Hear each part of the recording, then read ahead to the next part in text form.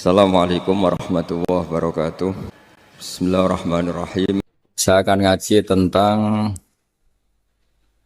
betapa mudahnya berbuat baik dan betapa mudahnya bersosialisasi yang jadi kebutuhan sosial masyarakat.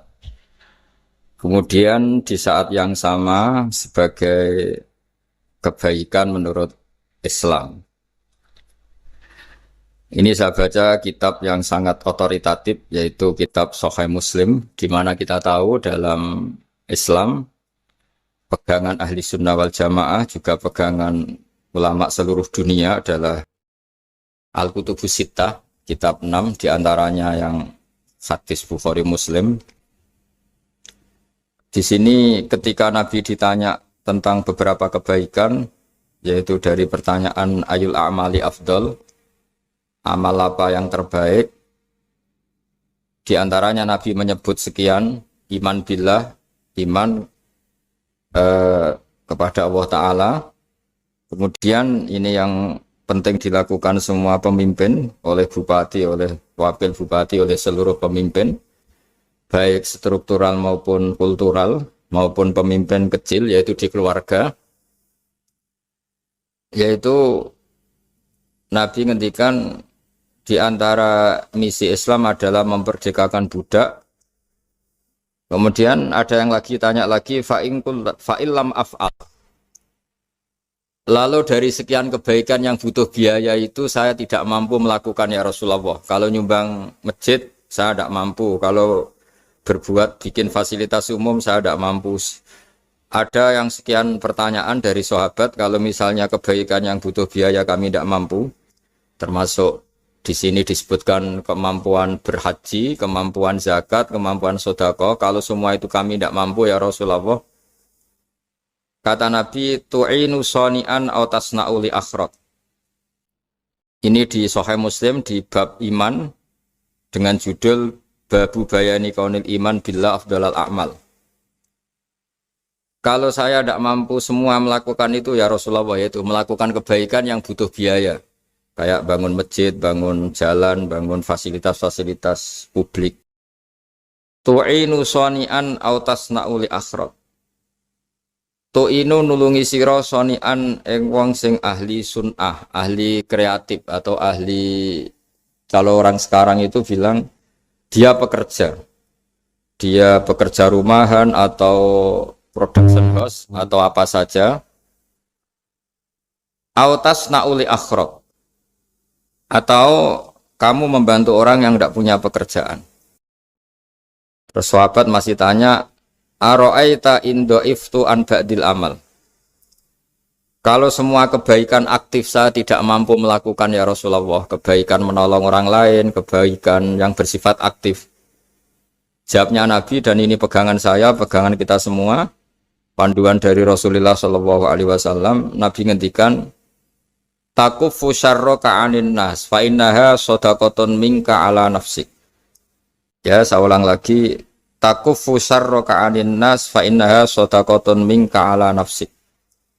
Kamu dalam berislam cukup menjaga supaya kejelekan kamu tidak punya imbas pada orang lain.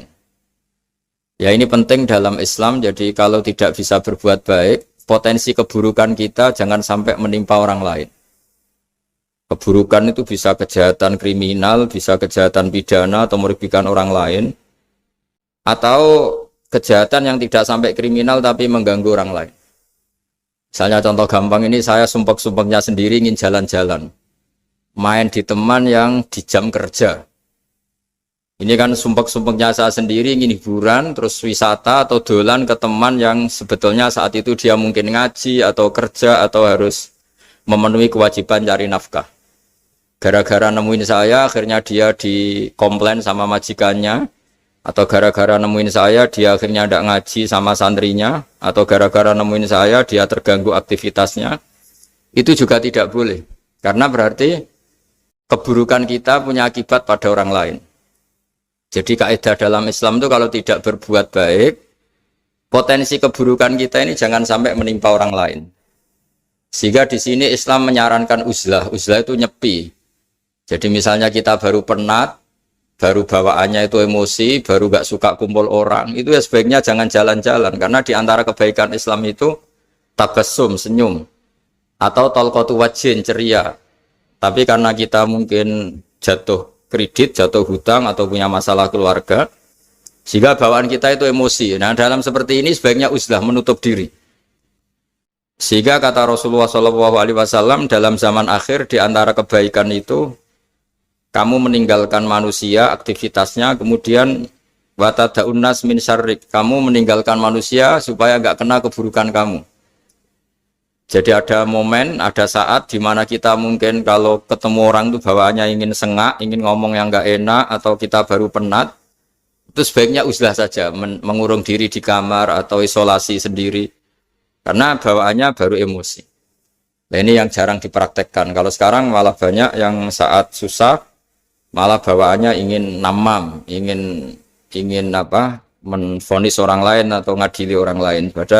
Padahal pesannya Nabi, kalau semua kebaikan aktif tidak bisa kamu lakukan itu, takuffu syarra ka'anin nas fa innaha shadaqatun minka ala nafsik. Sehingga keburukan kita, ya saya ulang lagi, keburukan kita yang ingin emosi, ingin apa, itu tidak punya akibat orang lain. Di sini kearifannya Rasulullah SAW, beliau masyhur ngendikan, layak dilqodi wa ghudban. Jangan sampai seorang hakim bikin keputusan ketika emosi, karena bawaannya orang emosi itu pasti nggak terkontrol intelektualnya, nggak terkontrol nuraninya, nggak terkontrol semua sifat baiknya. Itu kalau punya keputusan bahaya sekali. Sehingga Nabi dari awal ngendikan layak dilqodi wa ghudban. Orang yang sedang emosi tinggi jangan bikin keputusan penting. Kemudian oleh ulama diteruskan juga jangan bikin keputusan penting orang yang sangat lapar, atau yang sangat kenyang, atau yang sangat ngantuk, atau yang super sibuk. Jadi hal-hal yang potensi buruk dalam mengambil keputusan itu harus ditinggalkan. Sehingga misalnya bupati atau wakil bupati kalau sedang tidak nyaman dengan suasana apa, nggak boleh rapat kemudian memutuskan keputusan penting. Begitu juga kiai dan semuanya. Nah, ini yang supaya otoritatif. Kenapa saya bawa kitab itu logikanya jelas ya. Kita sebagai dai, sebagai ustadz, atau sebagai mubalek, atau sebagai siapa saja, yang ingin kita wariskan ke umat Rasulullah adalah dawuh-dawuhnya Nabi.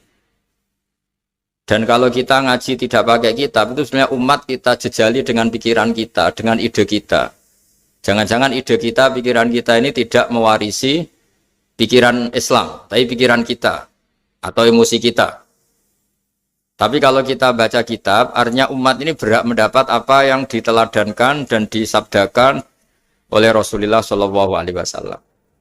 Tapi kalau kita, itu pasti inginnya itu kita. Misalnya kita Bupati Banyuwangi, mungkin kita akan cerita Banyuwangi dengan asik. Tapi bagi daerah lain, apa urgensinya bagi saya? Begitu juga kalau kita kiai, mungkin kita akan cerita fadhilnya kiai. Tapi bagi orang lain yang keutamaannya jadi pekerja, jadi satpam, jadi guru, jadi pegawai negeri yang adil. Sehingga subjektivitas kita ini akan tinggi. Tapi kalau kita sebagai kiai baca hadis, maka umat ini mendapatkan panduan dari Rasulullah SAW. Nah, dari sekian panduan itu, kata Nabi, jika Anda tidak bisa berbuat kebaikan aktif, maka kebaikan yang harus Anda lakukan adalah potensi kejelekan kamu jangan menimpa orang lain. Makanya saya berkali-kali bilang, saya ini termasuk kiai yang jarang main ke alumni. Karena tadi, kadang-kadang alumni itu sudah mau kerja di tempat kerjanya, atau mau janjian ngantar anaknya sekolah. Gara-gara ada saya, mungkin semua itu dibatalkan. Sehingga silaturahim itu juga harus dimanage supaya tidak mengganggu haknya orang yang kita silaturahimi. Jangan sampai silaturahim jam 9, saatnya orang kerja, kemudian dia dapat peringatan dari pabriknya gara-gara sering didolani kiainya. Itu kan jadi ribet. Atau kiai karena sering didolani terus tidak ngaji, menutupi tamu terus, itu kan jadi ribet. Apapun itu, sehingga orang itu harus berpikir perilakunya itu tidak punya akibat la doror wa la diror. Jangan mengganggu dirinya, juga jangan mengganggu orang lain. Ini oleh Nabi disebut takuffu syarra ka'adin nas fa innaha shadaqatun minka ala nafsik. Sifat buruk kamu itu harus dijaga supaya tidak menimpa orang lain, dan itu berarti menjadi sedekah kamu atau amal kamu pada diri kamu sendiri. Jadi ini penting dimaklumatkan ke semua kita bahwa saat kita tidak bisa berbuat baik aktif, misalnya nggak bisa sedekah, nggak bisa menolong orang, setidaknya keburukan kita tidak menimpa orang lain. Nah, termasuk keburukan yang terselubung adalah kita punya pikiran yang menurut kita ini hebat, tapi bagi orang lain mungkin bahaya. Misalnya kita punya pikiran ingin jadi orang kaya raya yang dermawan.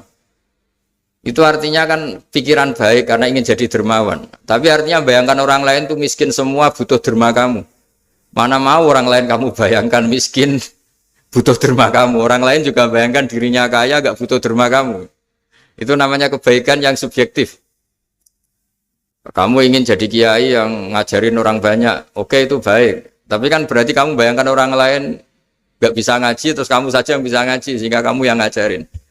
Ya sudahlah, kebaikan itu udah usah muluk-muluk seperti itu. Jadi apa yang ditakdirkan kita jadi bupati ya jadi yang baik, menolong pekerja-pekerja yang baik. Saya kemarin diceritain banyak oleh Mas Anas aktivitas Pemda Banyuwangi yang menolong banyak orang, juga masyarakat juga saling menolong dan seterusnya dan terusnya. Jadi ini jelas maksud saya supaya bupati dan semuanya pemimpin melakukan kebaikan itu berdasar panduan dari Rasulullah SAW, di mana di antara aturan yang dianjurkan beliau adalah aktivitas kita sebagai manusia adalah tu'inu soni'an au tasna'uli akhraq. Ya, saya ulang lagi, saya ulang teks hadisnya secara lengkap supaya dapat berkahnya Rasulullah SAW.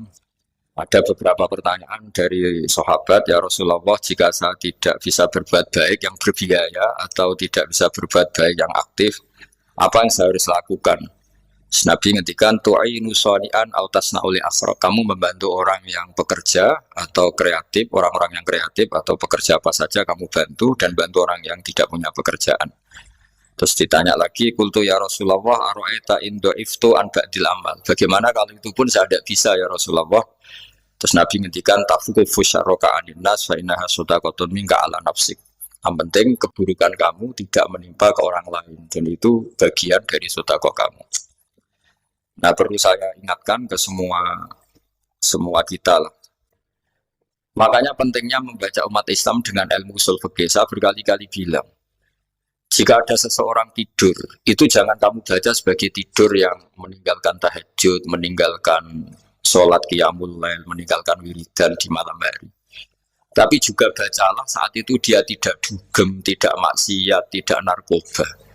Sehingga barokahnya ilmu itu ada respek pada umat Islam yang tidur. Karena tidur itu juga ada fungsi meninggalkan sekian maksiat, sekian kriminalitas. Tapi kalau kita kulino tidak baca dengan ilmu, maka melihat orang tidur itu ya kayak meninggalkan tahajud, meninggalkan wiridan, meninggalkan qiyamul lail. Sehingga bawaannya kita ini akan kurang respect. Tapi kalau kita membacanya dengan ilmu, orang yang tidur di malam hari, maksudnya ya sudah sholat isya, itu ada sekian potensi maksiat yang dia tinggalkan. Dia tidak ngerasani orang, tidak adu-adu orang di medsos, dia tidak dugem, tidak meninggalkan. Pokoknya ada sekian kebaikan dalam saat tidur itu. Ini barokahnya ilmu. Tanpa ilmu kita tidak bisa respect seperti ini. Karena bawaannya akan, oh ini malam-malam tidak tahajud, tidak wiridan, tidak apa. Tapi kalau kita dengan ilmu, itu akan membaca dengan tidur, artinya orang tidak maksiat, tidak dugem, tidak ngerasanin orang, tidak ngata-ngatain orang. Nah di sini Sadaqallahul Azim ketika ngendikan wa min ayatihi manamukum billaili wan nahar. Termasuk ayat Allah itu orang tidur. Maksudnya tidur yang dengan dimaknai positif tadi, bisa istirahat, bisa meninggalkan maksiat, bisa apa-apa.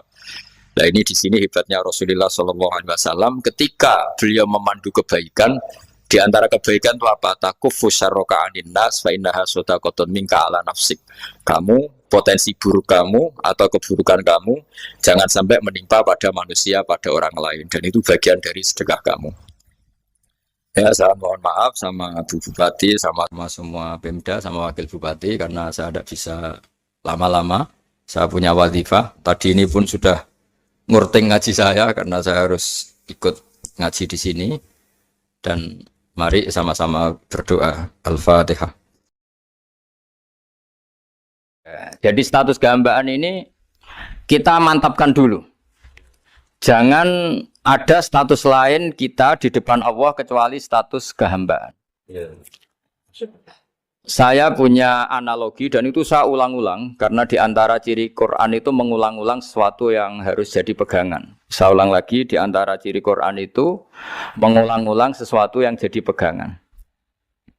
Jika kita belajar ilmu fisika atau ilmu apa saja, maka kita akan bicara materi sesuai statusnya.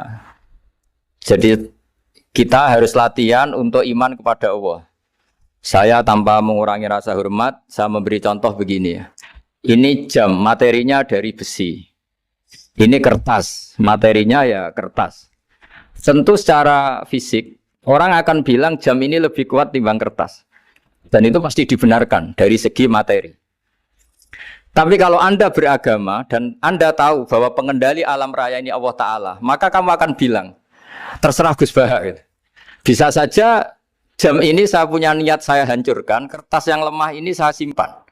Sehingga jam tangan ini 5 menit lagi saya hancurkan sehingga benar-benar rusak. Sementara kertas ini saya simpan sampai bertahun-tahun awet. Nah, kira-kira seperti itulah ilmu manusia. Sesuatu yang kita sangka kuat, ternyata Allah punya rencana menghancurkan itu. Dan yang kita sangka lemah, ternyata Allah punya rencana untuk mengabadikan itu. Nah, di sini pentingnya iman, lahu maqalidus samawati wal ardh. Hanya Allah yang mengendalikan semua.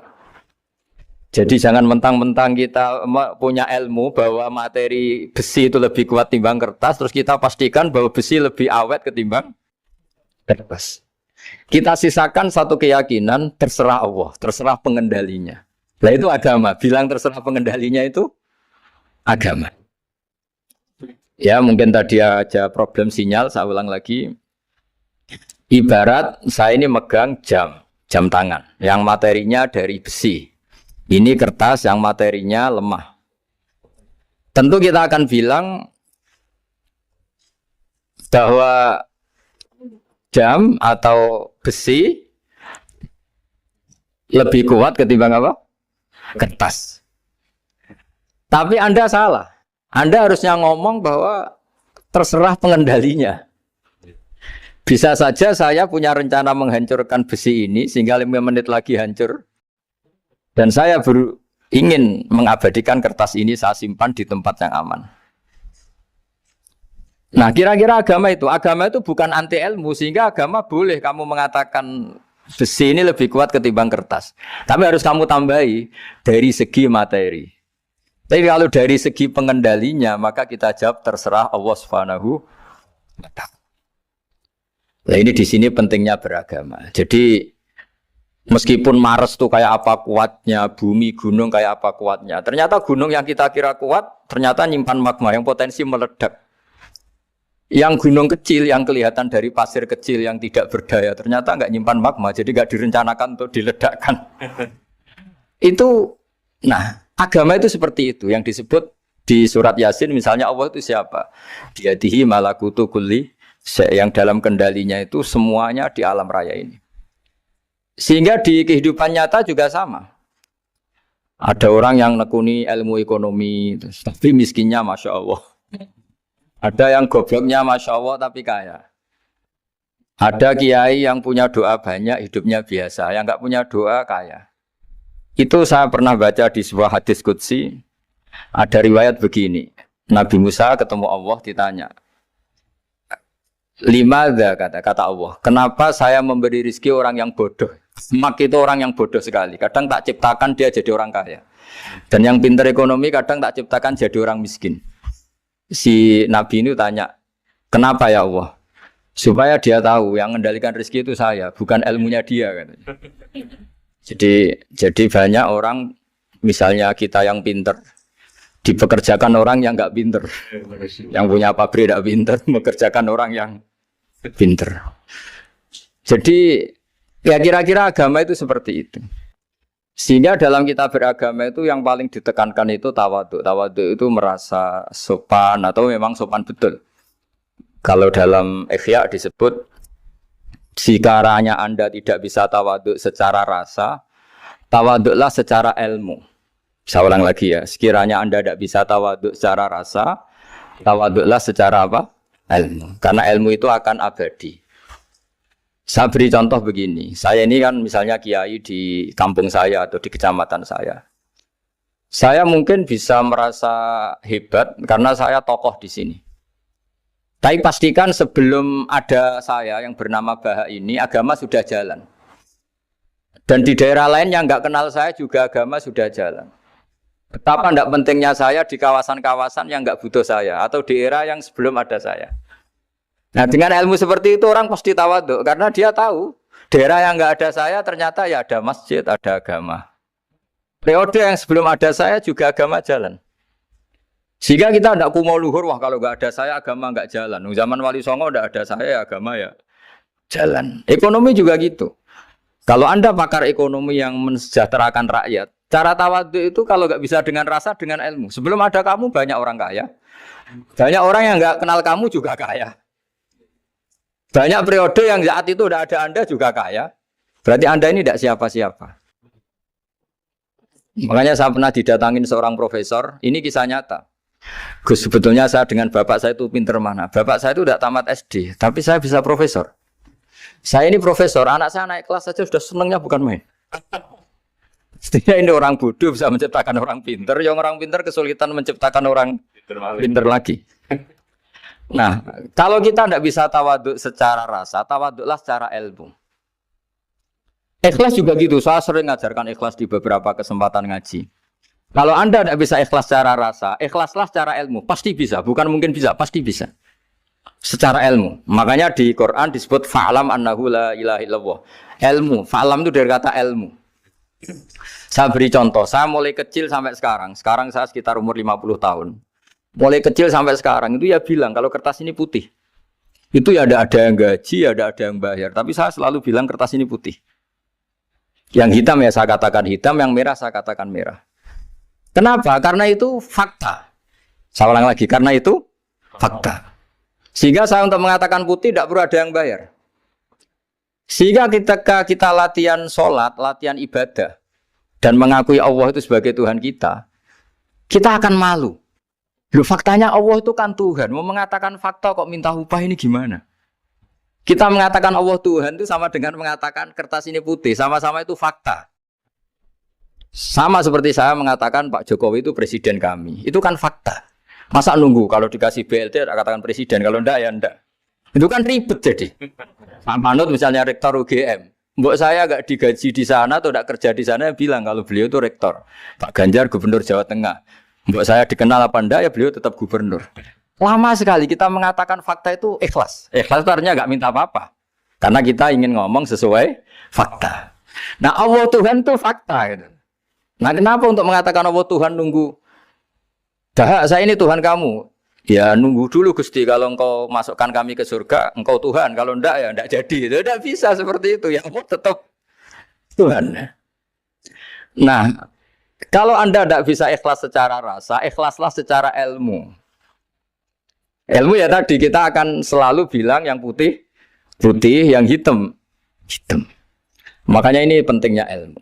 Tawaduk juga gitu. Kalau Anda ditakdir orang yang GR, yang gede rumongso, ditakdir orang yang kumo luhur, secara rasa bisa dilawan secara ilmu. Ada periode di mana sebelum ada kita yang kaya ya banyak, yang dapat hidayat ya banyak, yang terpelajar ya banyak. Ada daerah yang nggak kenal kita, nyatanya pendidikan di situ jalan, sistem sosial baik. Betapa tidak pentingnya kita. Nah ini nanti memaksa kita atau melatih kita untuk tawaduk. Nah dari hikmah ilmu itu kemudian kita minta maaf sama orang lain itu mudah. Karena kita sadar bahwa adanya kita ini problem. Saya sering digojlok orang-orang kaya. Orang-orang kaya itu ya kadang agak kurang ajar tapi nggak bisa dibantah. Begini, pernah tanya saya gini, Gus, saya ini punya mobil mahal, harganya 2 miliar. Kayaknya yang berak pakai jalan raya saya kan. Bisa, bayarnya pajak saya mahal. Sehingga kayaknya paling pantas saya. Yang naik ontel itu kan nggak bayar pajak. Harusnya nggak boleh pakai jalan gitu. Terus saya bilang, mbah-mbahnya yang naik ontel itu pejuang, bapak kamu enggak. Kamu nggak warisnya. Artinya ada teori dalam kitab hikam itu kitab tasawuf dalam pesantren. Itu kebaikan saja di soal. Misalnya begini, kita ini bangga sebagai urip yang tertib, hidup yang tertib di kantor, di tempat-tempat pekerjaan. Tapi kalau itu semua terjadi, kalau ada kecelakaan di jalan itu nggak ada yang nolong langsung. SAR paling efektif, tim penolong paling efektif itu ya orang-orang nganggur itu. Orang-orang yang di jalan-jalan di perapatan itu kalau ada kecelakaan langsung nolong. Itu nanti ambulan itu yang kedua, ketiga yang nolong pertama ya orang-orang yang nganggur-nganggur di jalan itu. Ada orang tersesat nolong. Maka ketika seorang sahabat tanya, ya Rasulullah kalau engkau melarang kita jagongan di jalan itu kita tidak bisa. Tapi kata Nabi, ya silahkan saja tapi adu haqqat thoriq, kamu di jalan itu datangkan. Apa itu? Ya kamu bisa amar ma'ruf nahi mungkar. Coba kalau di terminal, di tempat publik banyak orang yang soleh itu nanti copet ya sungkan. Yang mau jambret ya sungkan karena yang di situ orang-orang soleh. Nanti yang enggak sholat juga sungkan karena yang di situ banyak yang sholat. Jadi kenyamanan orang pergi jauh di tempat-tempat sepi itu ya barokahnya orang-orang nganggur terus ngaji, wah nengkono masih rame ya, ada orang yang di perapatan di pertigaan. Bayangkan kalau ini orang-orang soleh pasti itu nyaman karena wilayah publik dihuni orang-orang yang soleh. Tapi orang pasti bilang itu nggak tertib. Kita inginnya hidup ya tertib di kantor atau yang suka di masjid di masjid. Tapi kalau itu terjadi itu nggak ada tim SAR gratis yang setiap saat kalau ada orang kecelakaan nolong. Makanya dalam makalah hikam itu paling masyhur diantaranya itu manusia itu siapa? Manusia itu mangkanat mahasinuhu masawiya, fakih falatakun masawihi masawiya. Manusia itu orang yang saat baik saja ada salahnya, apalagi masalah. Jadi kalau kamu punya toko lagi laris dan saat laris itu Anda ngerumat keluarga Anda melakukan kebaikan pada keluarga Anda, pasti ada toko lain yang termahjubkan, yang tersingkirkan. Makanya saya pernah diskusi sama kiai besar, guyonan sama saya. Kita kalau kiai besar sebaiknya kalau diundang di musala kecil datang apa enggak? Kata kiai yang satu, jangan datang Gus, itu jatahnya kiai kecil. Terus kata yang satu, datang Gus sebagai bukti tawaduk bahwa kita kiai besar pun mau diundang yang kecil. Akhirnya kita ini ya kadang datang kadang enggak, karena kadang kita enggak datang supaya jatah rezeki kiai kecil enggak terambil. Kadang ya mau datang supaya dikira tawaduk. Makanya kalau seorang profesor sering turba di bawah itu ya kasihan yang S1, SPDI itu kan nanti enggak jadi bintang kalau profesornya sering turun. Kalah terus itu. Jadi kadang-kadang itu orang itu harus berpikir secara ilmu, jangan rasa terus. Jadi itu ilmu. Jadi semua yang kebaikan yang kita lakukan itu secara ilmiah bisa diperdebatkan. Ada orang senang ngomong serius supaya bangsa ini maju. Tapi bapak saya itu pesan saya, kamu kalau ngiyai itu jangan sering ngomong serius kan. Masyarakat sudah capek mikir utang, mikir keluarga. Begitu sowan kiai dijak ngomong serius lagi nanti capek kan. Sehingga kiai dulu itu kalau ketemu orang ya guyon terus. Karena tahu masyarakat sudah capek. Sudah banyak yang takut tanggal kredit gitu.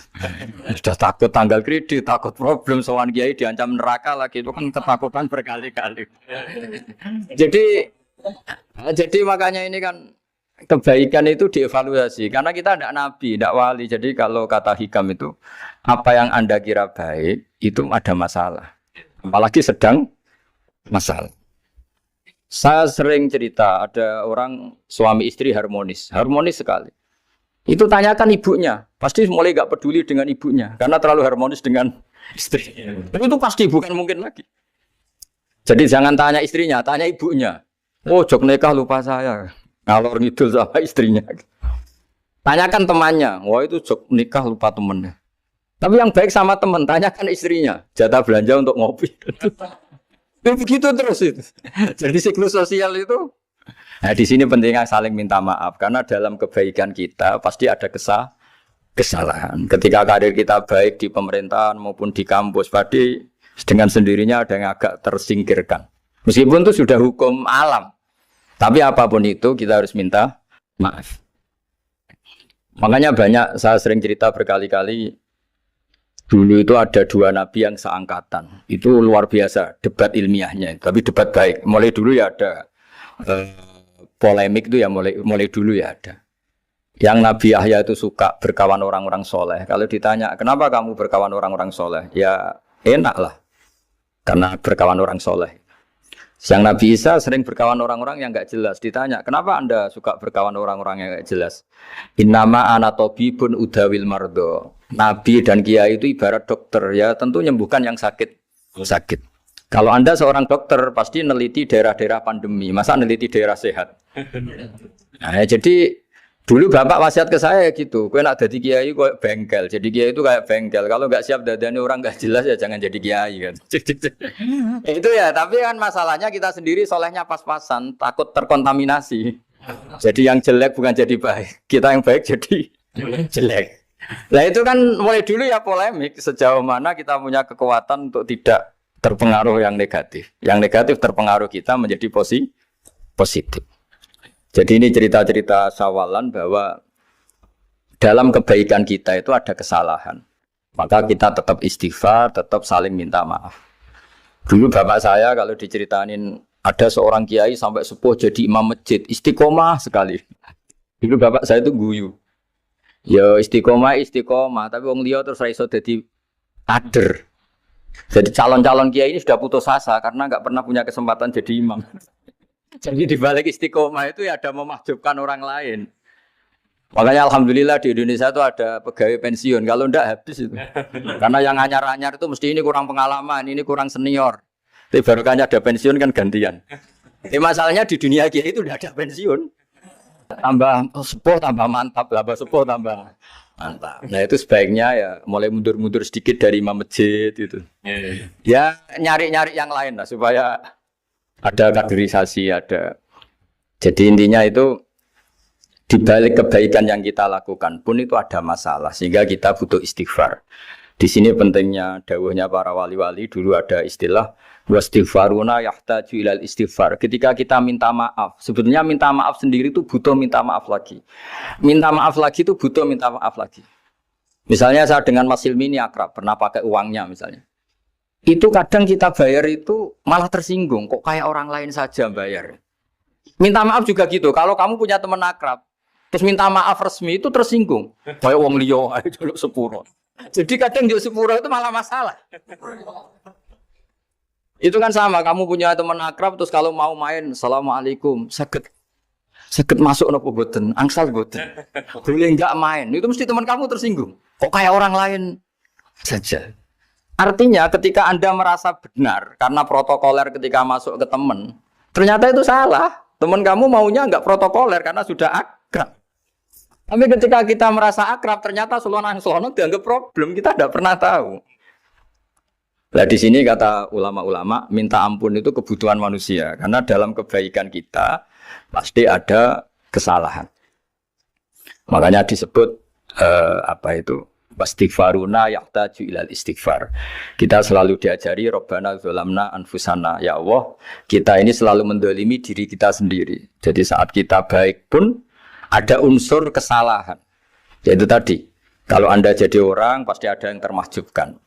Kalau Anda kiai besar atau profesor atau pejabat turun ke bawah.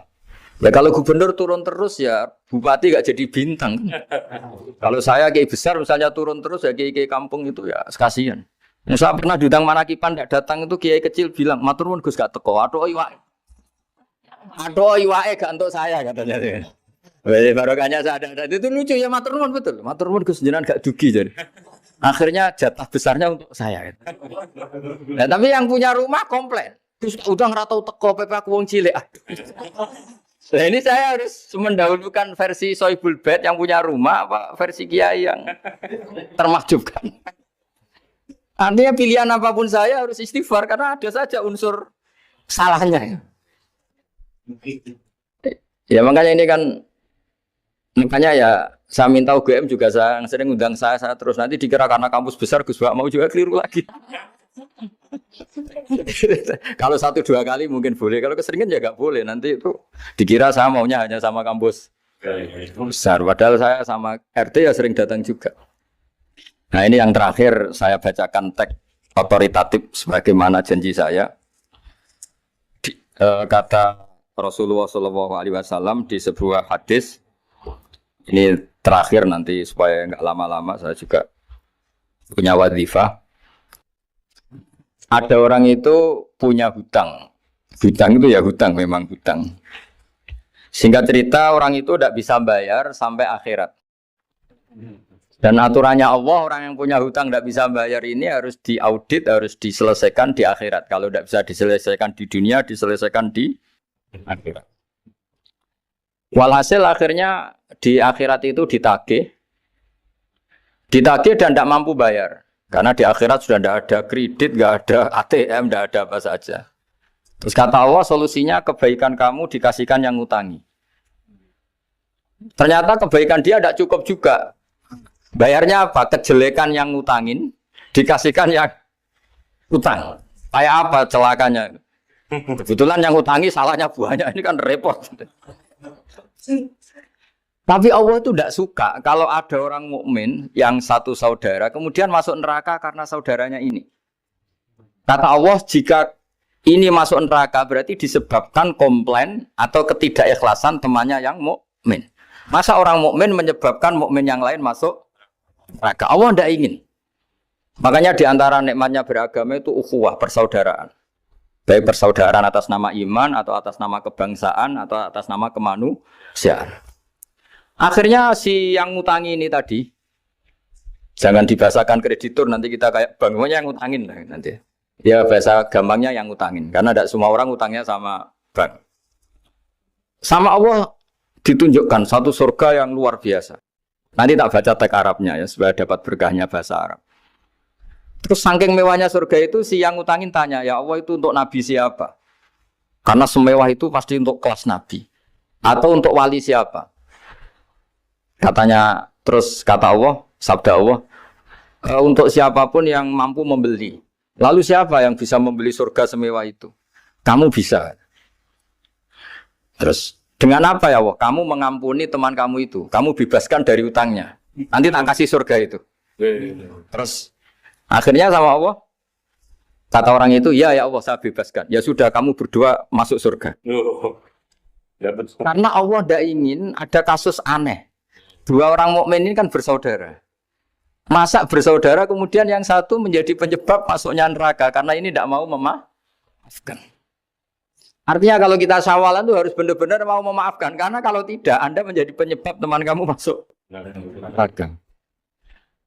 Jadi kita janganlah jadi orang mukmin yang menjadi problem bagi saudara kita. Jadi makanya saya itu berharap ada wali utang saya tidak bisa bayar, karena ini masih dibela-belain Allah ini. Karena Allah nggak ikhlas kalau ada walinya masuk neraka. Jadi kalau ada wali utang kamu, itu utangin saja, doain nggak bisa nyaur, no? Nggak bisa bayar. Nanti ini akan dibela-belain Allah di akhirat. Karena wali ini nggak pantas masuk neraka. Ya, jadi kalau ada wali utang kamu mau bayar, sudah Anda tidak usah bayar, nanti di akhirat saja. Lah yang ribet kalau yang kamu utangin dia ahli neraka, kamu nagihnya disuruh masuk neraka. Nah, itu ribet itu.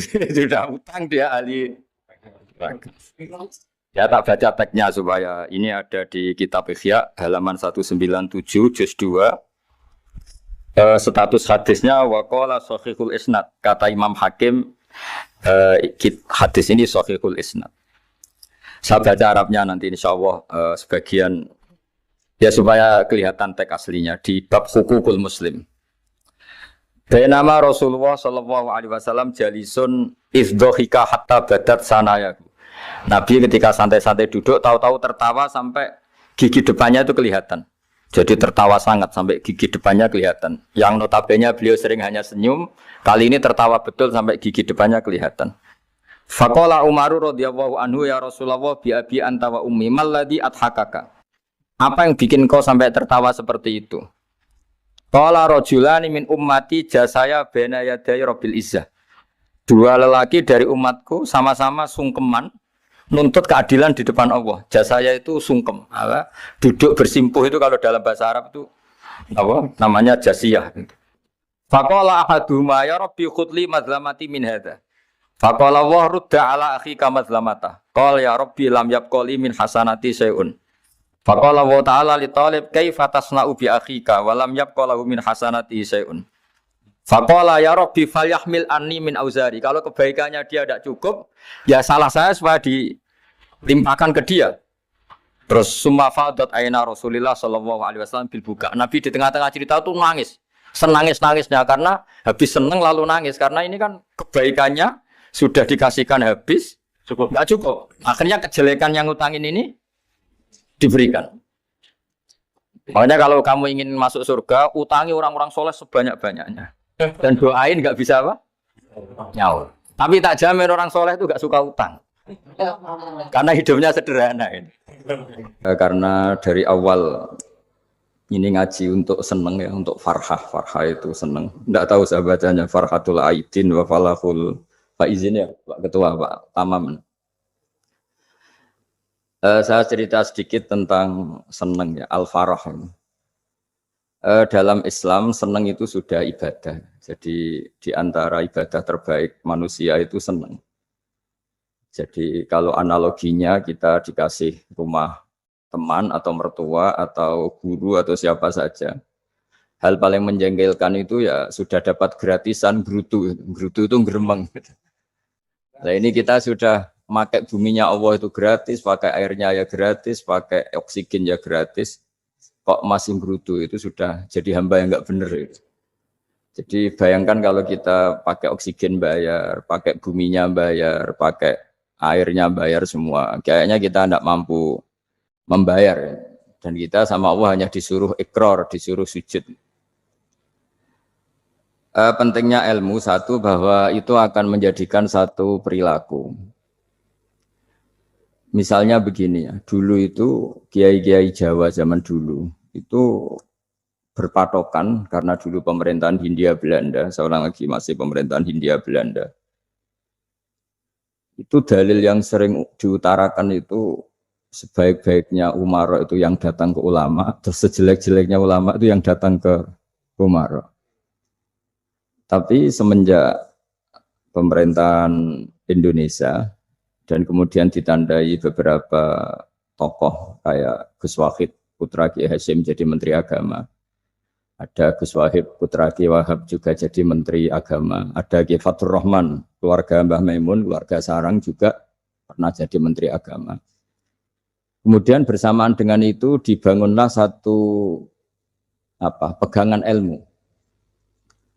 Pegangan ilmu ini penting karena ini yang mengilhami semua orang Islam, terutama ya utamanya ulamanya.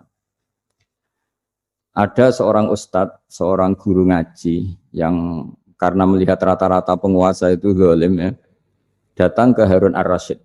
Ini perlu disemak, datang ke Khalifatullah atau Amirul Mukminin Harun ar-Rasyid. Karena beliau seorang raja tentu terduga lah atau ya umumnya atau gimana lah istilahnya. Itu ya rata-rata ya agak seenaknya namanya raja, namanya penguasa. Ini dalam pikiran Ustadz itu, tidak mesti dalam fakta. Kemudian si Ustadz itu matur, ya Amirul Mukminin, inni nasihun lak famusyaddidun alaika fala tajidanna fi nafsika syai'an. Saya ini mau nasihati Anda, kemudian saya cara nasihati itu keras. Tolong jangan dimasukkan hati. Dia bilang famusyaddidun alaika. Saya nanti kalau nasihati itu keras sekali. Tolong dimaklumi karena ini penting karena Anda harus dinasihati secara keras. Tapi sebelum nasihat itu diutarakan kata Harun ar-Rasyid karena beliau Bani Abbas dan beliau orang alim termasuk muridnya Imam Malik. Kata Harun ar-Rasyid, uskut, kamu diam Ustaz. Inna Allaha ta'ala arsala man huwa khairun minka ila man huwa syarrun minni. Wa ma'adzalika yaqulu Allahu ta'ala faqula lahu qawlan layyinan la'allahu yatadzakkaru aw yakhsha. Jadi ini sekaligus etika dan norma ya bagi semua dai di Indonesia dan semua kita. Wahai Ustadz kamu diam. Allah Ta'ala itu ngutus orang yang lebih baik ketimbang kamu, yaitu Nabi Musa, ke orang yang lebih jelek ketimbang saya, yaitu ke Fir'aun. Itu saja harus pakai etika faqula lahu qawlan layyinan. Kamu harus ngomong yang halus. Jadi intinya ini Harun ar-Rasyid komplain. Kamu itu kalau jadi Ustadz kok ngaji kira-kira gitu. Jadi betapa baiknya orang dulu memahami Quran. Jadi Quran itu dibaca, kemudian kita mungkin baca terus jadi cerita, mungkin ada yang baca jadi perilaku, ada yang baca kemudian itu mengilhami, membentuk. Nah kira-kira itulah yang membentuk kiai-kiai alim di NU, di beberapa pesantren maupun orang-orang alim di luar NU. asal apa ya ngajinya dan bacanya seperti kita, pasti seperti itu.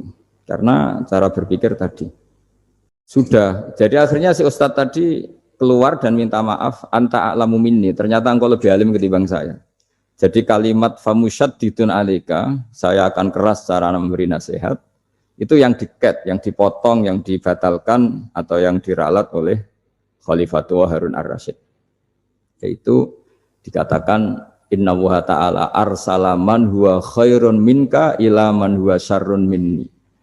Yaitu Allah mengutus orang yang lebih baik ketimbang kamu, yaitu Nabi Musa, ke orang yang lebih jelek ketimbang saya, yaitu Fir'aun. Itu pun harus faqula lahu qaulal layyinan. Cara berdakwah harus dengan kata-kata yang halus, yang lembut, yang indah. Dan dengan kata-kata itu diharapkan la'allahu yatadzakkaru aw yakhsha. Semoga yang didakwai menjadi ingat.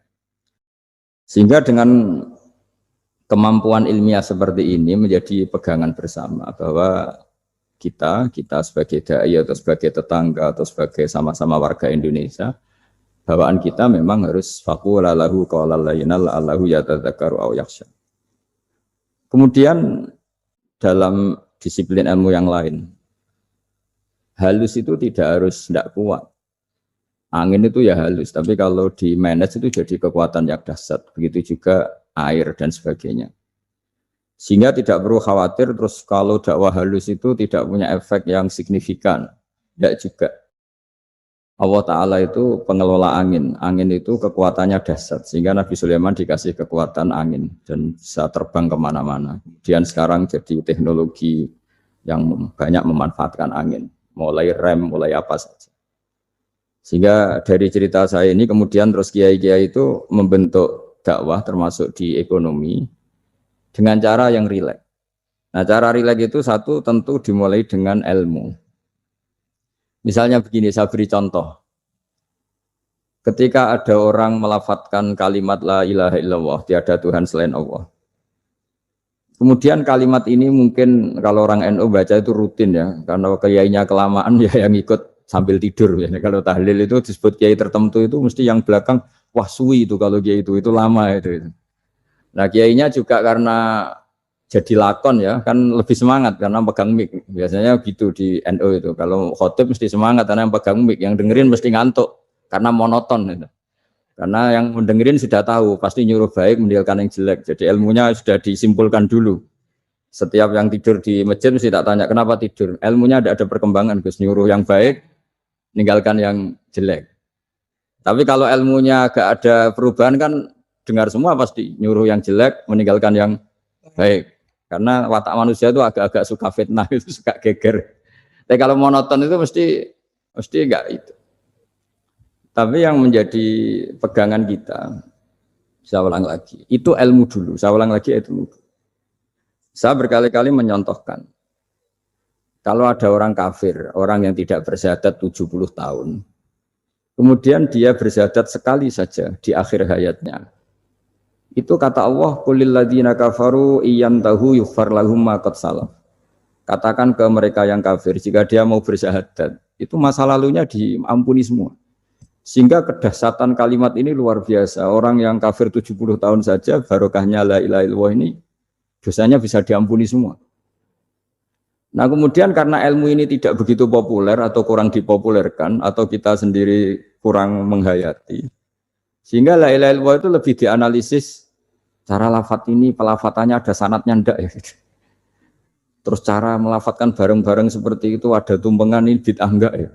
Jadi pertanyaannya sudah tidak tentang keramatnya atau sakralnya atau fadilahnya la ilaha illallah, tapi sudah macam-macam.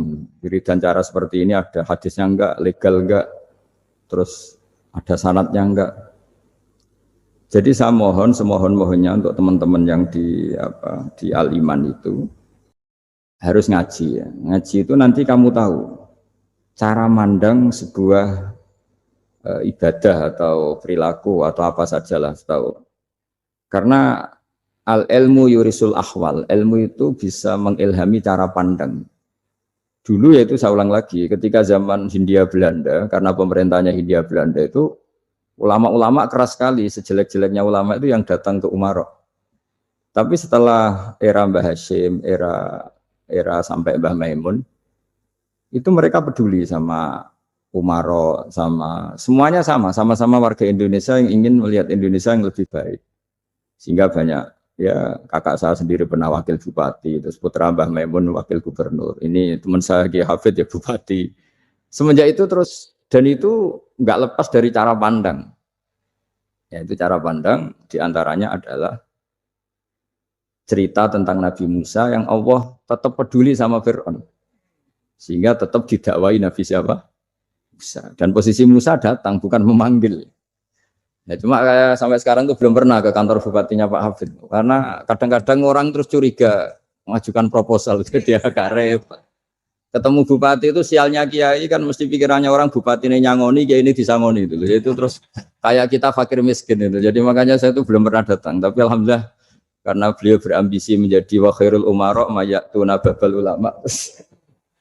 Jadi datang tapi sangat ambisius ingin mengalahkan ulama karena dia kalau datang statusnya lebih tinggi. Ya tidak apa-apa ini tawaduk tapi niatnya enggak begitu tawaduk. Jadi datang. Makanya saya kemarin Yusuf Mansur pas datang, Pak Ustadz Yusuf Mansur saya datang harus sekali saja. Kalau kedua kali ribet. Karena kalau beliau datang dia punya status tawaduk. Lama-lama yang didatangi jadi takabur. Saya jadi yang ahli neraka, dia ahli surga. Saya kan rugi dong. Hanya rugi, gue kehilangan teh, kehilangan kopi, dia beliau berstatus tawaduk, saya berstatus takabur kan repot. Makanya saya berharap jangan datang lagi. Karena jadi repot itu, jadi repot kan. Padahal saya kalau disuruh datang ke Jakarta kayaknya ya berat. Selain sibuk juga takut ganggu saya.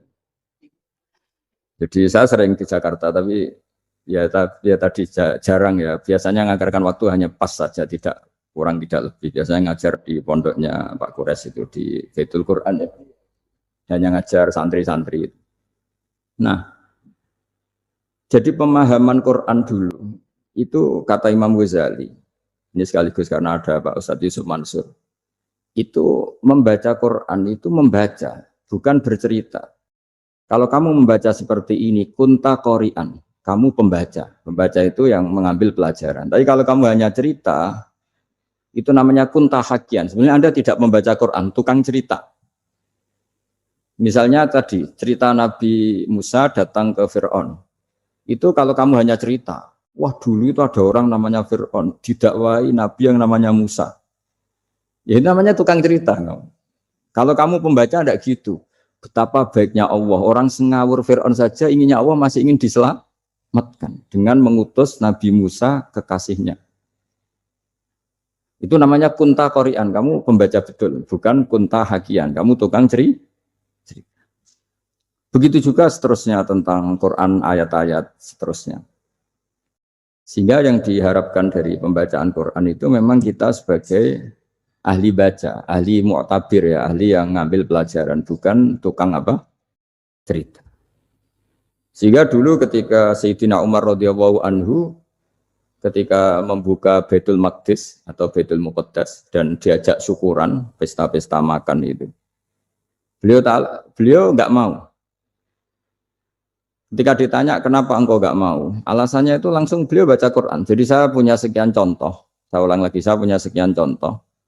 Orang-orang dulu dengan Quran itu menyatu, bukan sekedar dihafal tapi menyatu. Sehingga bawaannya itu sudah Qurani, sudah Qurani. Saya beri contoh pertama Rasulullah SAW, nanti Umar kedua.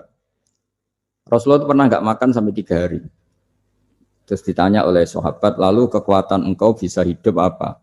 Ngendikan al-aswadani, maksudnya itu tamar dan air, hanya makan kurma dan air.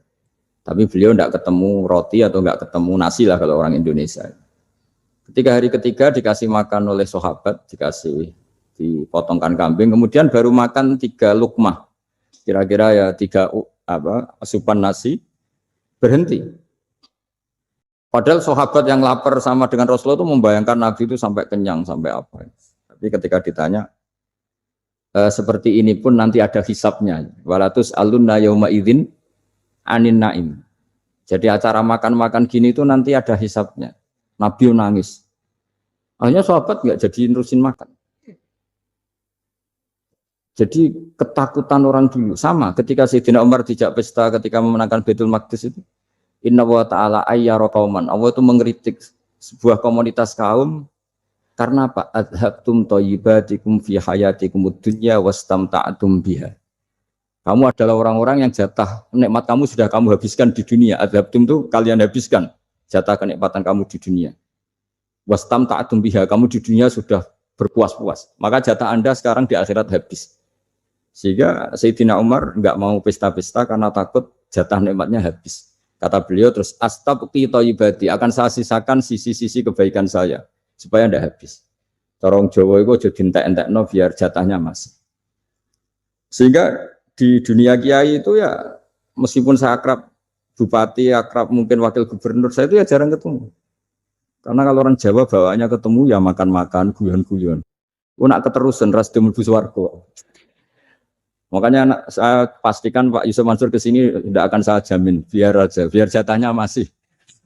Jadi ini bukan karena saya bakhil, biar jatahnya masih. Ya, jadi itu ilmunya kiai.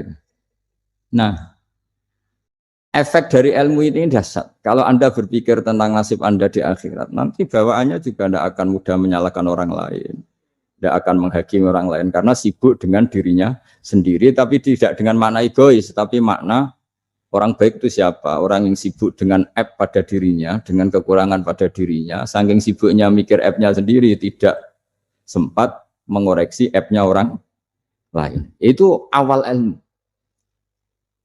Ilmu itu tidak dimulai dari larangan. Kalau larangan karuan, tidak termasuk ahli surga orang yang suka mengadu domba, tidak termasuk orang baik yang cari kesalahan orang lain. Itu namanya pelarangan. Tapi ilmu itu di atas nahi, di atas pelarangan itu. Kamu punya kesadaran bahwa kamu itu yang penting selamat dulu, jangan memikirkan orang lain. Dengan makna bukan egois, tapi dengan makna supaya tidak menyalahkan apa orang lain.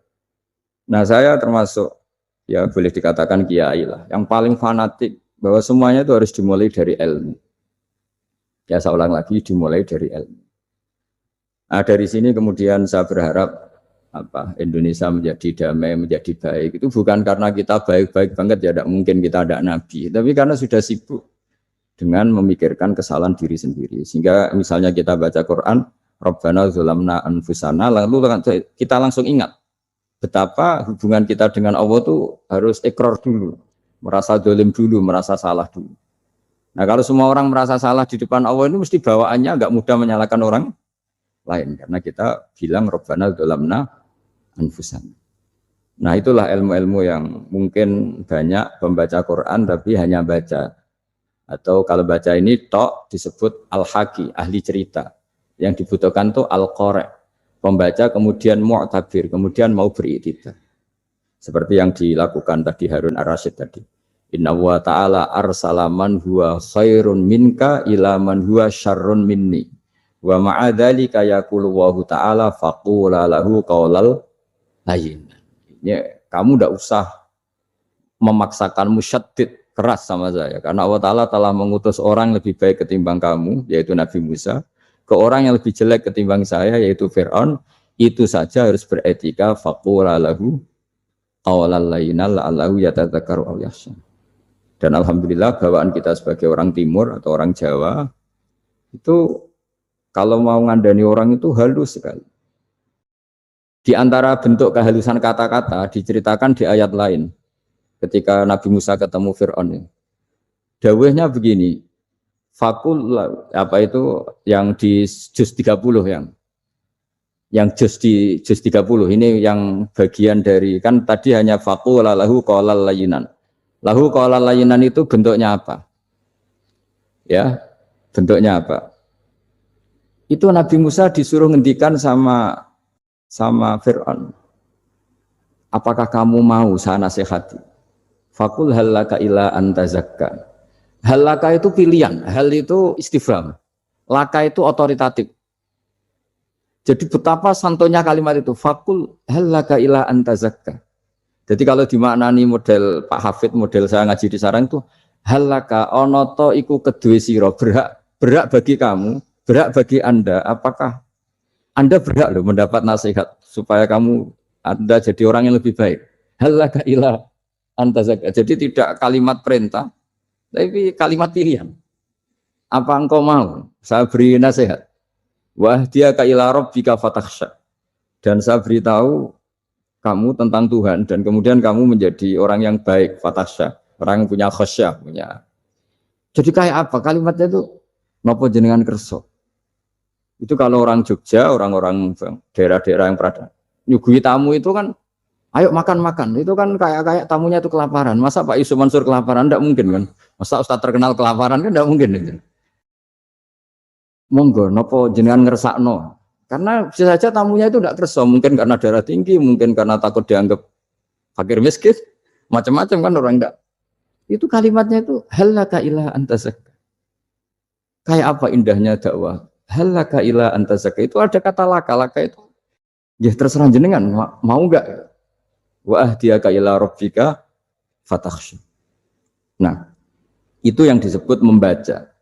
Kunta qori'an la hakian. Anda benar-benar membaca Quran bukan sekadar penceri. Nah, kemudian ini yang terakhir saya juga baru sebenarnya saya itu enggak pernah bilang sanggup itu, tapi Pak Ustadz Zakaria itu GR terus. Sampai tadi pagi itu saya belum tahu kalau ada acara ini. Ya karena saya kiai, jadi kalau kiai itu kan ingatnya sama Allah saja. Kalau sama manusia itu rontok-rontok lali gitu. Itu bukan memaksa, ya memang lupa. Sejauh mana sih pentingnya manusia kan tidak penting cara ilmu tasawuf itu. Tapi karena ini titipan Rasulullah SAW terus menjadi penting kan. Dititipi umat kayak jenengan itu yang ya sudah ngaji ngatur kiai ribet itu. Kiai ini biasa ngaji kan, kiainya yang ngatur santri ini enggak. Pak Yai ngaji tanggal ini jam ini. Itu kan mengabaikan semua aktivitas kiai. Padahal jam ini mungkin saya punya jam. Mungkin jalan-jalan atau ngaji atau mutolaah atau munajat. Gara-gara Pak Zakaria ini kan terus di Mas Tamam ini yang provokasi. Harus ngaji di jam ini, tema ini. Saya itu kalau ngaji ditentukan tema itu, ini memang saya agak keras di bab ini. Itu kayak ibarat gini loh. Saya ini dokter, kemudian ada orang yang sakitnya itu jantung, terus bilang ke saya, Pak dokter sembuhkan kukul saya. Wong penyakit ekstrimnya itu jantung, kok bila disembuhkan apa? Kukul. Kan gak penting, sembuh tidak sembuh, kukul itu kan gak penting. Jerawat itu. Kiai itu tahu kesalahan paling fatal manusia itu akidah. Jadi kadang-kadang mintanya ilmu yang tidak akidah, yang gak penting. Jadi kadang-kadang kiai itu ya digurui betul kalau di Indonesia itu. Misalnya, ini tidak nyindir loh, memang marah betul kalau di bab seperti ini. Tapi ini biar jadi ilmu masif, ilmu yang general. Saya ulang lagi ya, Anda jadi dokter, tahu pasien Anda ini penyakit jantung kronis atau sudah fatal lah sudah. Terus orang itu bilang, Pak Yai, itu Pak dokter, tolong obati kulit saya supaya tidak jerawatan. Kamu bilang ini orang aneh enggak? Aneh kan? Nah, kiai juga gitu. Saya sering itu ada orang mau haji gitu, Gus doain saya jadi haji mabrur. Pernah belajar haji Pak? Dereng. Mungkin enggak orang belum belajar nyupir terus kemudian minta didoain, Gus saya mau nyupir doain selamat. Mau nyupir aja enggak bisa kok minta doa selamat. Harusnya urutannya kan belajar dulu baru minta doa. Tapi kali ini aliman bener ngajaknya akidah dulu, ahli sunnah. Nah itu bener karena akidah itu hal yang prinsip memang harus. Kalau kebetulan enggak bener tak revisi betul. Untungnya kok temanya bener. Jadi saya mohon ke seluruh orang-orang yang mau ngaji ke kiai itu tema itu biar yang milih kiai supaya tahu prioritas yang harus benahin. Jangan tema yang kita yang milih, jangan-jangan tema yang kita pilih itu tidak mendesak atau tidak penting. Ini bukan apa-apa, ini saking ingin baik saya ya, keinginan baik saya supaya dulu zaman sahabat ya gitu. Kalau ada pertanyaan salah sama Nabi dibenerin, cuma Nabi terlalu bijak. Cara benerin tuh enak. Kalau saya karena tidak Nabi saja ya agak-agak kasar kan. Kalau tidak Nabi tidak wajib bener terus. Yang wajib bener terus itu Nabi. Saya beri contoh. Nabi itu ngendikan tentang kiamat. Kiamat itu dahsyat, mengerikan gini-gini. Kalau pikirannya orang kampung itu begini. Nabi ini aneh. Cerita kiamat dahsyat tapi nggak ada tanggalnya, nggak ada tahunnya. Harusnya ada dong, biar kita bisa persiapan. Sehingga Nabi disomasi di tengah-tengah khutbah itu, ya Rasulullah mata sa'ah. Nah, karena ini orang Bedui, Nabi nggak dengerin, maju ulang lagi. Mata sa'ah ya Rasulullah. Ketika Nabi mengabaikan itu ada dua kelompok sahabat, yang satu bilang lam yasma, Nabi tidak dengar sehingga mengabaikan. Yang kedua bilang sami'a wa kariha. Nabi sebenarnya mendengar tapi tidak berkenan. Tapi diulang lagi ketiganya, ya Rasulullah mata sa'ah. Akhirnya Nabi jawab, mau tidak mau, karena kalau enggak ya namanya orang Bedui ngomong terus. Nabi balik tanya, ya karena cara berpikir dia kalau kiamat itu jelas kapannya kan bisa persiapan itu. Paling enggak pas mau kiamat terus pas ngaji Quran, apa kan bisa persiapan itu. Akhirnya Nabi balik tanya, ma'atatalaha. Kalau kamu berani tanya kiamat, lalu persiapan kamu apa? Ya, terus orang itu bilang masyhur itu, ma'adatullah kabira sholatin wala siyamin wala kadza wa kadza walakinni uhibbuka. Saya sebenarnya tidak punya persiapan ya Rasulullah, cuma persiapan banyak puasa ya enggak, banyak sholat enggak, tapi saya mencintai engkau.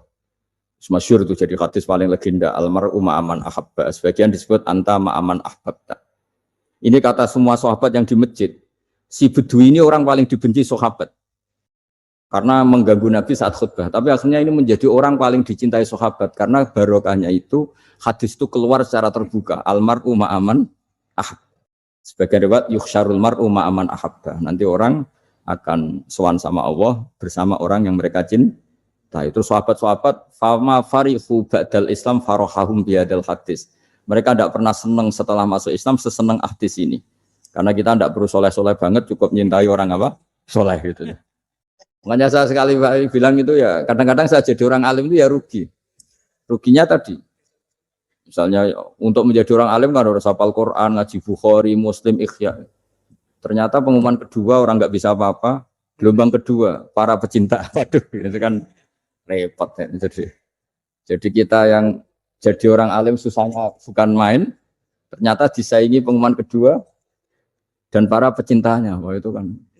Akhirnya ketemu orang-orang nggak jelas tadi tapi nah itu ya termasuk farah dalam Islam, farhatul aibin. Jadi senang itu di Islam itu ibadah.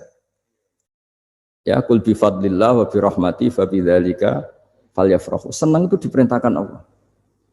Saya tuh sering di kamar kadang itu nyun sewu kayak gatelan gitu, mau apa itu. Ya agak kukur-kukur terus merengut saja malu. Malu saya itu dilihat Allah kayak agak ridho itu malu. Ya kayak tadi lah, kamu dikasih rumah gratis, kemudian pas yang ngasih datang, kamu kelihatan cemberut itu yang ngasih kan mangkel. Sudah dikasih gratis masih cemberut. Sama hubungan kita dengan Allah itu semuanya dikasih gratis. Makanya tabassum, senyum itu ibadah. Kita yang nekuni ilmu hadis. Betapa hebatnya Nabi ngendikan, kalau kamu tidak bisa ibadah yang berat-berat, cukup ibadah senyum. Kadang ngendikan tol qati wajhin, kamu cukup berwajah yang indah, yang menyenangkan. Tabassum, senyum. Kalau kamu tidak bisa membalas jasanya orang yang ngasih, minimal kamu senyum, lihat minimal kamu kelihatan senang. Gitu. Makanya senang itu sudah ibadah. Dan sekarang orang untuk senang aja susah. Karena bawaannya nuntut orang lain supaya kayak keinginan dia, bawaannya nuntut, ya ribet. Kalau gitu ya ribet. Makanya saya bilang al ilmu yurisul ahwal. Ilmu itu diperkuat. Nanti yurisul ahwal, ilmu itu akan membentuk Anda. Dulu beberapa raja itu ya mau luhur karena jadi raja, punya apa saja.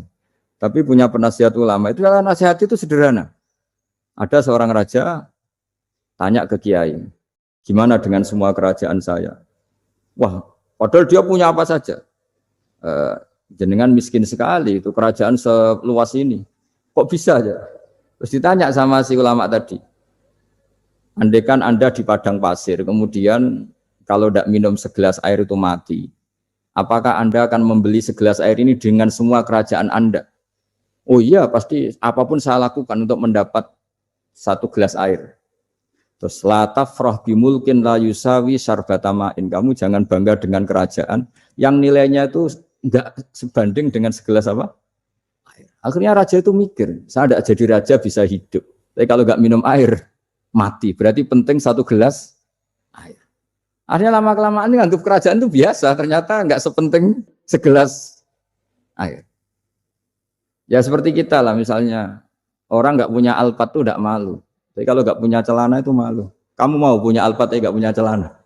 Kan enggak mau. Yaitu ilmu. Ilmu itu yurisul akhwal. Ilmu akan melahirkan satu perilaku. Jadi kalau ilmu Anda mantap, pasti syukurnya juga mantap. Gitu.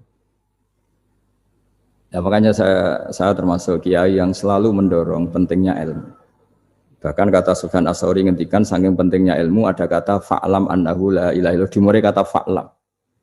Dan saking pentingnya ilmu itu setiap nabi itu status permanennya itu hanya satu, mengajar. Rabbana wab'ats fihim rasulam minhum yatlu 'alaihim ayatik, membacakan ayat-ayat Allah sampai wa yu'allimuhumul kitab, mengajarkan kitab wal hikmah. Bahkan Allah sendiri wasofa dzatahul aliyah bi annahu al-muallim. Yaitu Allah ngendikan Ar-Rahmanu 'allamal Qur'an. Jadi betapa hebatnya pengajar. Allah sendiri mensifati dirinya itu Ar-Rahmanu 'allamal Qur'an. Allah itu Maha Rahman yang mengajarkan Quran. Di surat Iqra juga disebutkan Iqra wa rabbukal akram alladzi 'allama bil qalam. Jadi Allah mensifati dirinya sebagai pengajar. Kayak apa pentingnya mengajar? Karena al-ilmu yurisul ahwal. Ilmu ini melahirkan satu sikap. Pernah ada orang hartanya itu habis karena ngobati ibunya. Terus datang ke saya, dia sumpek karena hartanya habis ngobati ibunya. Terus dia bilang, Gus, saya ini sekarang sudah miskin karena ibu saya sakit dan harta saya habis untuk ngobati ibu saya. Terus tak guyoni sama saya. Kon kepen pinter apa kepen goblok? Kepen pinter Gus. Ingin pinter apa ingin goblok? Katanya ingin pinter. Kalau ingin pinter bahasanya jangan gitu. Harta kamu itu masih di akhirat karena habis untuk ngobati ibu. Bayangkan kalau habis untuk maksiat itu habis betul. Terus dia mulai syukur. Alhamdulillah Gus, harta saya habis secara heroik karena untuk mengobati apa ibu. Sudah pinter dia. Akhirnya miskin sampai sekarang ya tetap pede saja karena masih punya tabungan di akhirat. Dan itu saya terinspirasi oleh ilmu juga. Jadi dulu Sayyidah Aisyah itu pernah nyimpan sepotong daging kambing. Disimpan untuk dimakan beliau. Karena beliau mau iftar ya, mau buka atau apa. Singkat cerita, karena bawaan keluarga Nabi itu sakhok, ada orang minta dikasihkan. Suatu saat, akhirnya kan habis. Terus Nabi tanya, yang daging tadi di mana? Habis. Terus Nabi cara menjelaskan itu indah sekali.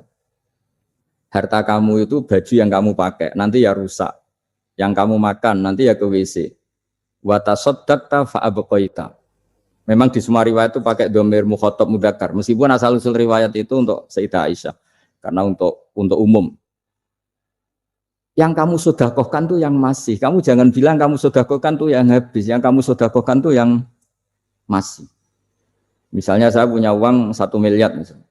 Terus pernah tak sedekahkan ke fakir miskin atau ke kiai atau ke pondok 1 juta. Itu yang mesti masih. Karena kadung di luar kekuasaan kita.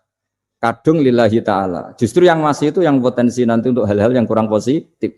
Semenjak itu orang sedekah itu begitu entengnya karena itu yang masih.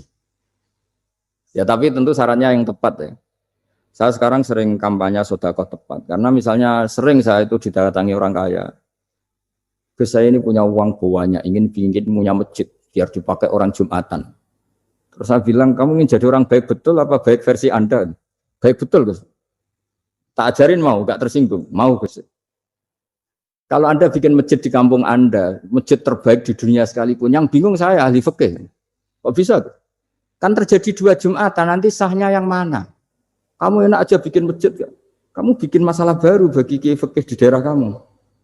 Belum nanti orang terus migrasi ke masjid Anda karena lebih baik, koriknya lebih baik. Kamu membunuh masjid yang lebih tua, itu gak sopan sekali, masjid itu sudah lebih tua kamu.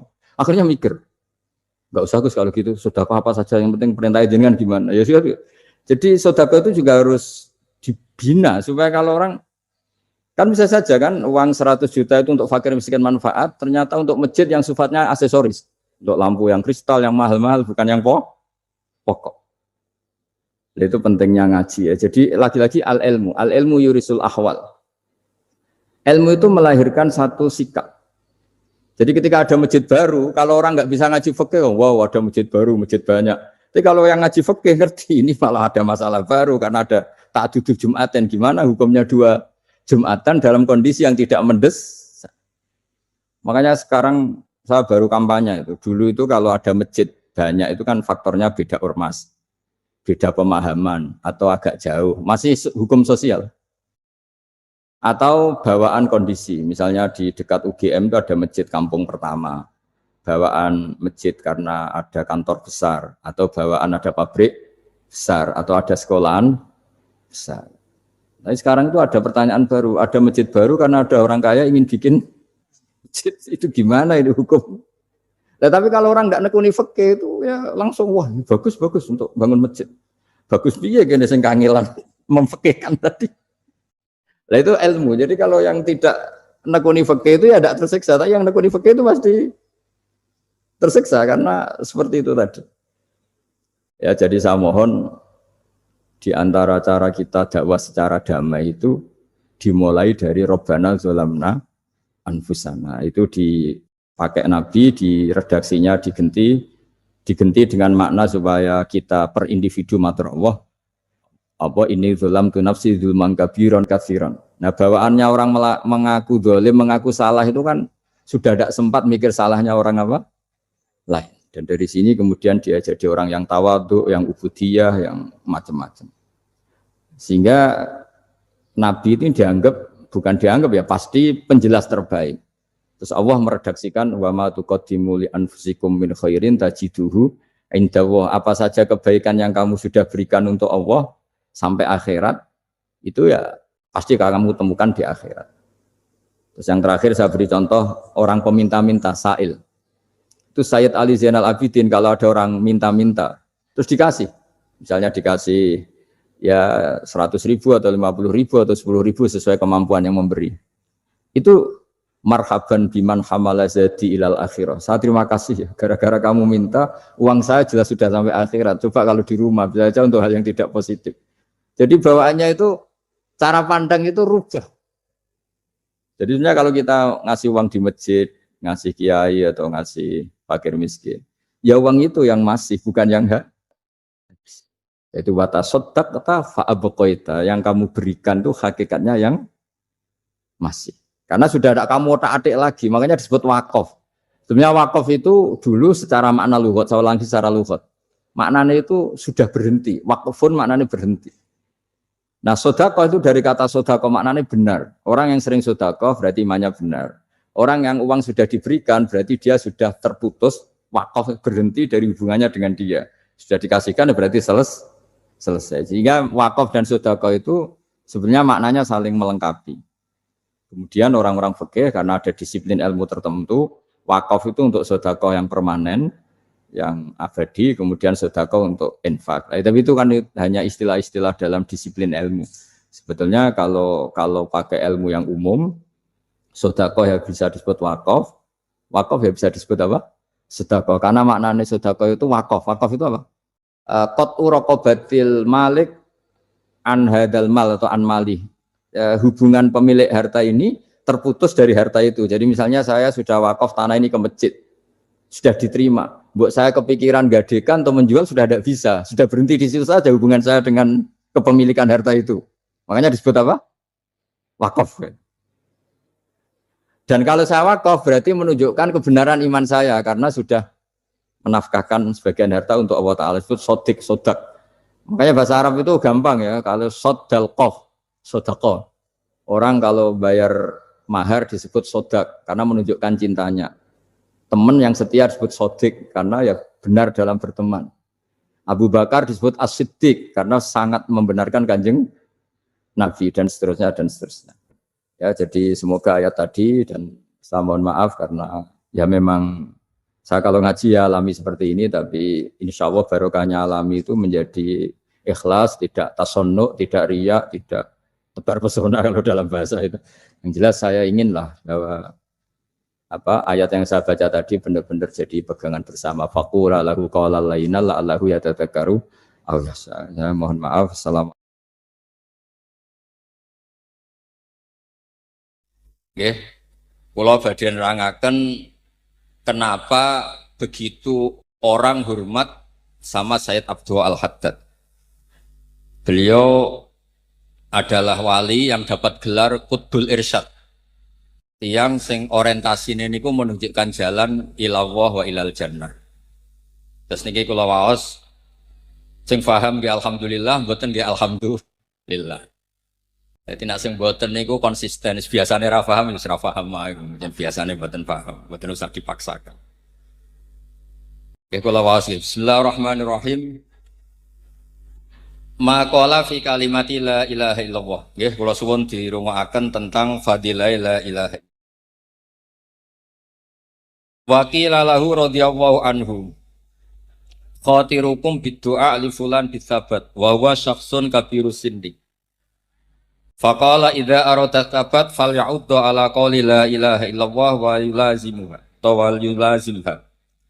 Fa inna tariqa qaribun jiddan wa in kana fihi masyaqqatun ka tariqil aqabah tasyukku ma'a qurbi wa innamal bu'du ala man dara anit tariq wala taro ahadan yaftinu ahadan fi dini innama yaftinu man fatana ahadan fi dunyahu fala yakatu ahadun minar rafidha wa nahwihi minal mubtadi'ati antas ma'ahu yata'arradu li ahadin yamna'ahu an dinihi liyudkhilahu fi madhabi wa hadhil kalimatu la ilaha illallah sahlatun qaribah. Kalau maknane iki mulai fa idza radiya mongko nalikane ngridani sapa Allah wa rasuluhu lan utusane Allah bikauliha kelawan kaucape to kalafatnone la ilaha illallah marrotan ing ambalan wahidatan kang suci ba'da kufri kadza wa kadza sanatan sause kekafiran sing sekian-sekian tahun fa ahram mongko iku luweh nyata atau luweh berhak atau luweh layak ayak bala utayanto nampa sapa Allah ha ing kalimah la ilaha illallah mimman sangking wong lazama kang netepi sapa man ha ing la ilaha illallah muddata umrihi ing sepanjang umure wong wa ing kana senajan ta ana iku alih ngatasé wong apa seun apa perkara minal kabairi sange pira-pira dosa gedhe faman mongko te sapani wong laki aku metuki sapa man Allah ing Allah biha lan la ilaha illallah yurja mongko iku diarep-arep minhu saking Allah taala lahu manfaat kediman apa al-maghfiratu penyepuranan bi barokatiha sebab barokah la ilaha illallah. Wa ya la ilaha illallah iku alatiku kalimah ya tasyahubu engkang gerakno elek ai hayya jasar sapa asyetonu seton alaiha ing atase la ilaha illallah. Wa yahrisu lan ngungseng apa setan sapa setan ayak to aento ngetok sapa setan al insana ing manusa minha sange kalimat la ilaha illallah. Terus kalau terangaken bilih hampir semua ulama ngendikan arja ayatin fil Quran niku kulil ladzina kafaru iyantahu yufar lahum maqad salah. Terus tiang kafir 70 tahun, 80 tahun sekali ngelafadzno la ilaha illallah Muhammadur Rasulullah itu dosa kekafirannya bisa napa hilang. Padahal kafir niku akbarul kabair. Dosa kufur itu dosa paling napa besar. Niku mawon dilafadzno la ilaha illallah Muhammad bi ayu kira ganten ngakoni sapa wong lahu marik dajjal birububiyati klan kepangeranan. Pakadhalika mongko kaya mengkono-mengkono ikilah contoh jami'ul fitani uta sebagaimana pira-pira fitnah. Sekabehane fitnah wa ingka surat senajan to akeh apa ikilah al fitan fa fi kalimati tauhid mongko yu tetep ing dalam kalimat tauhid insani kedhe manusa makhlasun utawa mukhlisun iku barang sing nglepasno kafin kang nyukupi min jamil fitani saking sekabehane pira-pira fitnah. Dados intine niku Allah damel swarga kaya ngono mewahe niku targetnya satu bagi yang melafadzkan la ilaha illallah Muhammadur Rasulullah. Neraka digawe ngonten dahsate juga bagi yang menolak la ilaha. Dajjal kaya ngono sibuke niku namung sitok tujuane biar orang tercerabut saking la ilaha illallah. Dados fitnah apapun di dunia ini apapun besarnya, ya tragedi korupsi, tragedi kemanusiaan, tragedi apa saja, niku mboten saged ngalahno napa kesaktiane la ilaha illallah. Niku disebut fakadzalika jami'ul fitan wa in katsurat fa fi kalimatit tauhidil insan makhlasun kafin atau mukhlisun kafin barang sing iso murnekno atau sing iso dadi solusi. Misalnya ngeten nggih, contoh paling gampang nggih, contoh paling gampang. Yang nak badhe mati itu kan orientasi fikihnya banyak. Mungkin tersiksa mboten saged nyaur utang, mungkin tersiksa anaknya belum soleh, mungkin tersiksa punya hak adami dereng selesai. Semua ketersiksaan ini tetap ada solusi. Gini ku mati alal iman la ilaha illallah Muhammadur Rasul. Kathah riwayat sing dawaken tiyang sing hak adamine mboten selesai, asal piyambake mati beto iman, beto la ilaha illallah. Nak pancen piyambake entuk ridane Allah nanti diselesaikan Allah teng akhirat. Kathah riwayat sing matur sing dawaken wonten tiyang niku utange kathah Kalau bolak-balik cerita kebetulan orang ini wali. Buatan sakit nyaur, terus tiang sing ngutangi nuntut tengah akhirat kan nyaur. Karena di akhirat Isra iso nyaur, zaman teng donya ora iso nyaur nopo malah teng putih akhirat. Ini sekalian Allah ditunjukkan satu surga yang indah. Saking indahnya sampai pertanyaannya itu li ayyi nabiyyin au li ayyi siddiqin. Ini untuk nabi siapa surga semewah ini? Akhirnya Allah jawab, lima yamliku saman, bagi yang kuat bayar. Lalu siapa ya Allah yang mampu bayar surga semewah ini? Kamu bisa bayar ini. Caranya gimana Gusti? Kamu menghalalkan uang kamu di orang ini. Intinya terus sohibul haq wau, orang yang ngutangi menghalalkan, kemudian dua-duanya jika masuk surga kalian Allah Subhanahu wa taala. Terus intinya niku la ilaha illallah itu apapun problem dunia kita. Wow, misalnya kita secara fikih terganggu karena nggak bisa nyaur utang atau mungkin anak kita belum soleh atau cucu-cucu kita kayak apa kita tidak pernah tahu dan kita sudah tidak bisa ngurus lagi. Tapi apapun itu sing abadi adalah la ilaha illallah hasbiyallah wa ni'mal wakil. Kita yang tidak bisa nunggoni anak cucu, tapi mereka akan hidup diurus oleh rahmatnya Allah. Mereka akan iman juga diurus oleh hidayatnya Allah. Mereka akan baik-baik saja juga diurus oleh Allah Subhanahu wa ta'ala. Dan ini saktine kalimat la ilaha illallah. Didawakan Sayyid Abdul Haddad, fakadzalika jami'ul fitan wa in katsurat fa fi kalimatit tauhidil insan makhlasun atau mukhlisun kafir. Terus kalimat la ilaha illallah itu satu solusi untuk problem apa saja. Niki ditulis oleh Sayyid Abdul Haddad, dia tulisan beliau atau dawa-dawa beliau diabadikan oleh muridnya, sehingga kita sebagai penggemar, karena memang perjanjiannya beliau, pokoknya saya datang baca kitab tentang Sayyid Abdul Al-Haddad. Terus Sayyid Abdul Haddad itu cerita banyak di kitab Nasaih Diniyah. Dan dari sekian cerita itu beliau di antara kesimpulannya itu fakadzalika jam'ul fitan wa in katsurat fa fi kalimatit tauhidil insan makhlasun kafir atau mukhlisun kafir.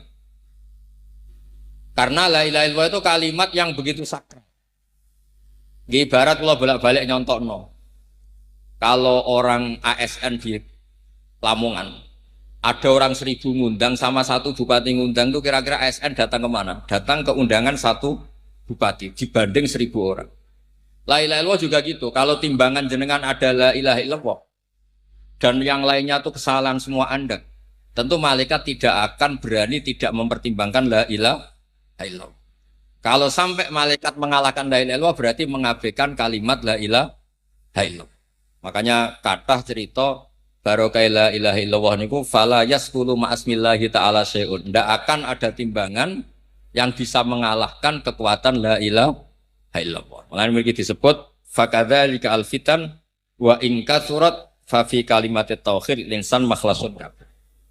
Kemudian yang terakhir kalau cerita, setiap orang yang di neraka kemudian ditanya sama Allah, andaikan kamu punya dunia seisinya apa kamu bayar? Kamu tebus neraka ini dengan hartamu? Ya Allah. Aradtu minka ahwana min dalik fa abaita illa syirka. Saya ingin kamu hanya ngimani sesuatu yang mudah, tapi kamu tidak mau. Artinya yang mudah itu begini. Andaikan kita disuruh menuhankan Fir'aun itu susahnya minta ampun. Karena menuhankan orang yang suatu saat mati. Menuhankan Namrud juga susah. Menuhankan orang yang suatu saat mati. Kita ini disuruh menuhankan zat yang tidak akan mati, yang punya kekuasaan mutlak, yang abadi. Itu kan gampang sekali. Menuhankan zat, menuhankan maujud yang luar biasa. Tidak akan mati, tidak akan rusak, tidak akan mengalami degradasi. Sehingga menuhankan Allah itu yang gampang, bukan malah menuhankan yang lain. Misalnya sampean kon nuhanno Fir'aun, cara otak kita yang cerdas kan bingung. Menuso yang mati, yang nanti dimumi kita Tuhan kan. Begitu juga menuhankan makhluk-makhluk yang lain yang pasti suatu saat meninggal. Atau kalau banyak meninggal sering sakit, sering punya problem sendiri. Tapi Islam itu menyuruh menuhankan Allah yang kekuasaannya tidak terbatas. Makanya Allah mengistilahkan saya, kata Allah, menyuruh kamu sesuatu yang mudah sekali. Aradtu minka ahwana min dalik. Sebagai riwayat aisara min dalik. Nah, sebab itu ngendikane ulama, ayat yuridu wa bikumul yusra itu tidak sekedar masalah kemudahan fikih. Tauhid juga hal yang mudah karena menuhankan sesuatu yang memang secara logika harus yang jadi Tuhan. Dia yang kodim, dia yang menciptakan langit dan bumi. Sudah selayaknya sebagai Tuhannya langit dan bumi karena yang menciptakan. Coba kalau kita dipaksa menuhankan Namrud atau Fir'aun, apapun cerdas kita, logika kita itu tidak akan masuk. Masa Fir'aun yang lahir di bumi kemudian menuhani bumi. Jadi intinya tauhid itu ahwan atau aisar, suatu yang mudah. Nggih niki nyaur utang ya sudah dibaleni, nek sampean baleni dosa ngoten kula. Mbok minal kabair. Terus niki kula mergi Habib Mustafa sering rawuh teng khole buyut kula terus diutangno. Kula serong teko nang khole buyut wis dadi nggih jenengan kudu teko. Padahal nggih buyut kula nggih buyut beliau juga dari garwane niku. Tapi niki mungkin jenengan ikhlas ra ikhlas wis namung sak menten niki. Wassalamualaikum warahmatullahi wabarakatuh. Assalamualaikum warahmatullahi wabarakatuh. Syukur Alhamdulillah kita dapat berjumpa lagi di channel ini. Salawat serta salam semoga tetap tercurahkan pada junjungan kita baginda Nabi Muhammad sallallahu alaihi wasallam.